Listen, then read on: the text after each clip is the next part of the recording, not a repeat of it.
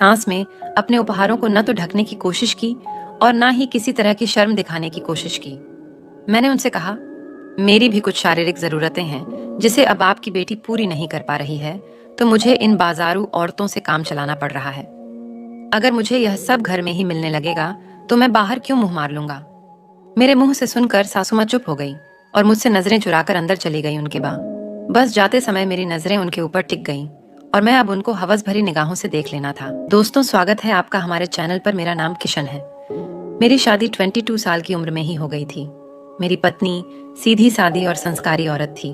मेरी संस्था हो चुकी थी। उनकी उम्र ज्यादा नहीं थी, एकदम दूध जैसी गोरी थी। कम उम्र में विधवा होने की वजह से उनका बदन एकदम कसा हुआ और टाइट था। मैं मुंबई शहर में एक कंपनी में काम करता हूँ। मैं अपनी पत्नी को भी अपने साथ मुंबई लेकर चला आया था। मेरी शादीशुदा जिंदगी अच्छी चल रही थी। हम दोनों रोज एक दूसरे के साथ खूब मजे किया करते थे। लेकिन कहते हैं ना, खुशियां ज्यादा दिन नहीं टिकते। ऐसा ही मेरे साथ हुआ। करीब कुछ महीने पहले कुछ ऐसा हुआ जिसने मेरी जिंदगी बदल कर रख दी थी।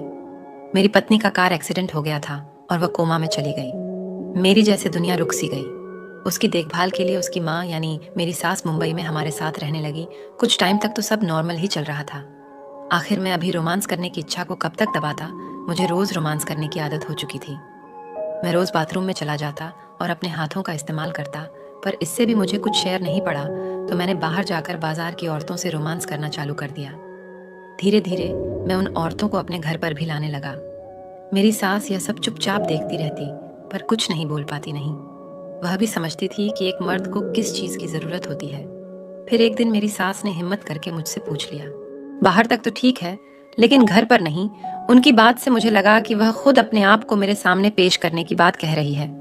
मैं उनके उपहारों को घूरने, मगर मेरी सांस में अपने उपहारों को न तो ढकने की कोशिश की और ना ही किसी तरह की शर्म दिखाने की कोशिश की।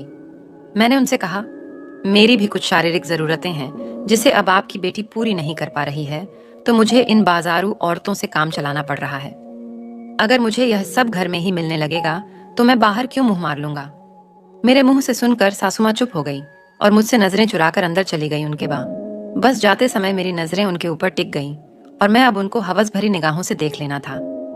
कुछ दिन तो यूं ही गुजर गए। मेरे घर वाले शादी करने के लिए कहने लगी, क्योंकि मेरी पत्नी की हालत में कोई सुधार नहीं हो रहा था। मेरे घर वालों को अपने वंश को बढ़ाने की जल्दी भी नहीं। इस बात का पता जब मेरी सास को चला तो वह मुझसे दूसरी शादी नहीं करने के लिए बोलने लगी। मेरी सास बोली, अगर तुमने दूसरी शादी कर ली तो मेरी बेटी का क्या होगा। ये कहकर वह रोने लगे।